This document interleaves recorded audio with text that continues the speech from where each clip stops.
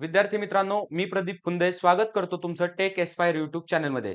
मित्रांनो, 16 तारखेला आपला फिजिक्सचा पेपर आहे आणि या पेपरसाठी आपल्याकडे 5 दिवसाची वेळ आहे. म्हणजे 11 फेब्रुवारीपासून तर 15 फेब्रुवारीपर्यंत आपल्याकडे वेळ आहे आणि त्याचबरोबर 16 तारखेला सुद्धा आपल्याकडे थोडासा वेळ आहे.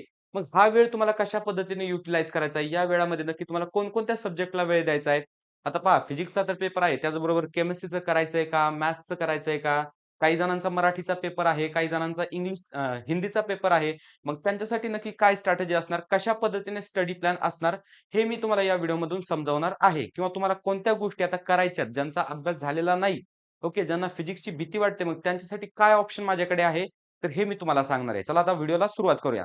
तर फर्स्ट ऑफ ऑल व्हिडिओला सुरुवातीला मी तुम्हाला सांगणार आहे, की इंग्लिशच्या पेपरचं टेन्शन घेऊ नका. मला बऱ्याचशा जणांनी सांगितलं, की आता कॉन्फिडन्स कमी झालाय, आता काय होईल माझं, कसं होईल? काहीही होणार नाही. व्यवस्थितच होणार आहे सगळ्या गोष्टी.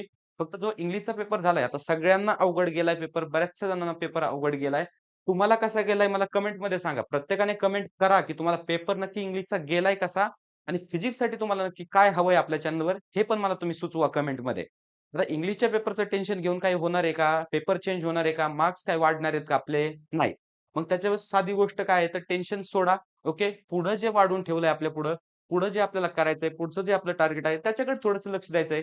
मग इंग्लिशच्या पेपरचं टेन्शन आता घ्यायचं नाही. आता काय करायचं आपल्याला फिजिक्ससाठी स्ट्रॅटेजी शोधायची आहे. कशा पद्धतीने करू शकतो आपण, बरोबर? आता फर्स्ट ऑफ ऑल आता माझं तुम्ही टाईम टेबल पहा. ओके. 11 फेब्रुवारी, 12 त्याच्यानंतर 13, 14, 15 आणि 16. 16 ला आपला काय आहे, तर फिजिक्सचा पेपर आहे. तुमचा सकाळी 11 वाजता पेपर आहे. 11 ते 2 असा पेपरचा टायमिंग आहे. बरोबर आहे. आता तुम्हाला 11, 12 आणि 13 या हे 3 दिवस जे आहेत, तर त्याच्यामध्ये तुम्हाला काय करायची आहे, रिव्हिजन करायची. आता बरेच जण म्हणतील, काय म्हणतील, ठीक आहे, आता ज्यांचा अभ्यास झालाय, ते म्हणतील आम्ही रिव्हिजन करतो. पण बरेच जण म्हणतील आम्ही अभ्यासच केला नाही, मग रिव्हिजन कशाची करायची? मग त्याच्यासाठी पण मी सांगणार आहे नक्की काय करायचंय ते. फक्त सध्यापुरतं लक्षात ठेवा, की 3 दिवस आपल्याला कन्सेप्ट लर्न करायच्या आहेत. रिव्हिजन करता याचा अर्थ तुम्ही काहीतरी शिकताय ना, ओके. आणि त्याच्यानंतरनं 14 आणि 15 तारखेला आपल्याला काय करायचंय, की न्यूमेरिकल्स किंवा पी-वाय-क्यूची प्रॅक्टिस करायची. आता हे पी-वाय-क्यूज कुठून घ्यायचे, कोणते पी-वाय-क्यूज करायचे, त्याचबरोबर सगळ्यात महत्त्वाचा प्रश्न डेरिव्हेशन्स करायचे की नाही? तर मी तुम्हाला सांगेल डेरिव्हेशन्स नका करू. ह्या ज्या बाकीच्या स्कोरिंग गोष्टी आहेत, आपल्याला काहीही करून स्कोर वाढवायचा आहे ना, बरोबर? मग ज्याला कमी वेटेज आहे किंवा जे टॉपिक्स विचारलेच जात नाही किंवा खूप मोठं करावं लागतंय, तेव्हा कुठं आपल्याला 2-3 मार्क्स मिळतायत. मग त्याच्यापेक्षा बाकीच्या 70 मार्कचा पेपर आपण पाहू ना, बरोबर आहे की नाही?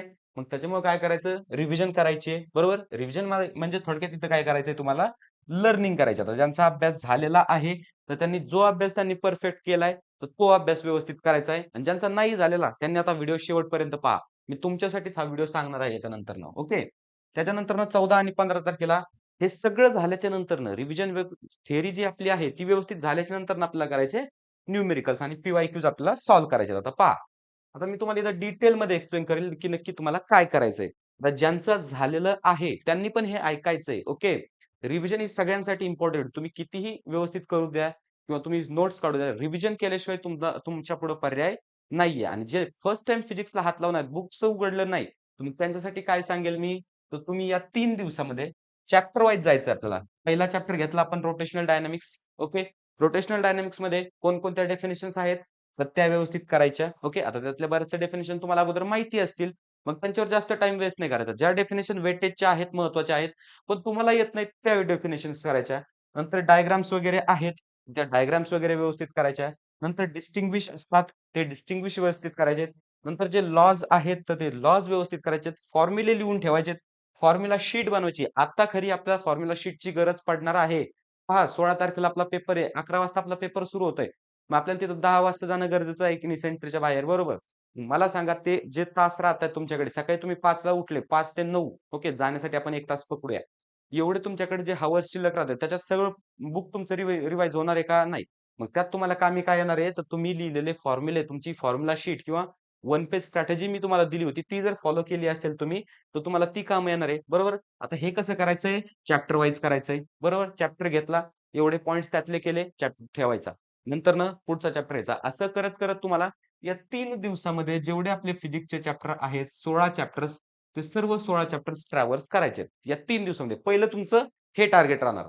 आता ठीक आहे, याच्यामध्ये 12 तारखेला काय, तर बऱ्याचशा जणांचा मराठी हा सब्जेक्ट आहे. तर म्हणून त्यांच्यासाठी 1 दिवस स्किप होतोय. बरोबर? मान्य आहे. त्यांना 11 तारखेला थोडंसं मराठीचं वगैरे अभ्यास करावा लागेल आणि 12 तारखेला त्यांची एक्झाम द्यावी लागेल. तर त्यांच्यासाठी थोडंसं कुठेतरी ही स्ट्रॅटेजी आपल्याला चेंज करावी लागेल. की त्यांच्यासाठी काय, तर आपण इथं 1 दिवस पुढचा वाढवू शकतो. बरोबर? किंवा अभ्यास जर झालेला असेल, तर एवढ्या दिवसामध्ये तुमचं होऊच शकतंय. बरोबर? त्याच्यामुळे एवढं काही जास्त तुम्हाला ताण घेण्याची गरज नाहीये. त्याच्यानंतर ना आता 14 आणि 15 तारखेला जसं मी तुम्हाला सांगितलं, जर मी सांगितलेलं मागचं जे टार्गेट आहे, कोणतं 11, 12 आणि 13 तारखेचं जे टार्गेट आहे रिव्हिजनचं, ते जर तुमचं झालं असेल, ओके. जर ते तुमचं झालं असेल, तर तुम्हाला न्यूमेरिकल प्रॅक्टिस करायची. आता न्यूमेरिकल्स कुठून करायचे? त्याचं बेस्ट सोल्युशन मी तुम्हाला सांगणार आहे, बरोबर? आणि त्यासोबत क्वेशन प्रॅक्टिस करायची. आता क्वेशन प्रॅक्टिस कुठून करायची क्वेशन? पहा, वाय लर्न नावाचं ॲप्लिकेशन आहे. ओके. प्ले स्टोअरला ते फ्रीली अवेलेबल आहे. ते ॲप्लिकेशन डाउनलोड करा प्रत्येकाने. ओके. त्याच्यामध्ये तुम्हाला 2021 पासनं आत्ता 2025 पर्यंतचे सगळे पेपर्स मिळतायत. ओके. फक्त फिजिक्सचे नाहीत, सगळ्या सब्जेक्टचे पेपर्स मिळतायत बोर्डचे. मग तिथून आपल्याला क्वेशन मिळतील. बरोबर आहे. मग ते एकदा ॲप्लिकेशन तुम्ही व्यवस्थित डाउनलोड करा. ओके. आणि त्याच्यानंतर मग क्वेशन प्रॅक्टिस करा. ती ज्यावेळेस तुमच्या डेफिनिशन, डायग्राम, डिस्टिंग्विश, लॉ, फॉर्म्युले हे सगळ्या गोष्टी झाल्यात सगळ्या चॅप्टर्सच्या, त्यावेळेस हे करायचंय आपल्याला. आणि जर ते नसेल झालं, ठीक आहे, आता तेच कंटिन्यू करा. पण मला असं वाटतं, की 3 दिवस तुम्हाला पुष्कळ आहेत ह्या गोष्टी करण्यासाठी. ओके. प्रत्येक दिवशी तुम्ही 4-5, 4-5 जर चॅप्टरचं केलं आणि होणार आहे. वेळ काढावा लागणार आहे. ओके.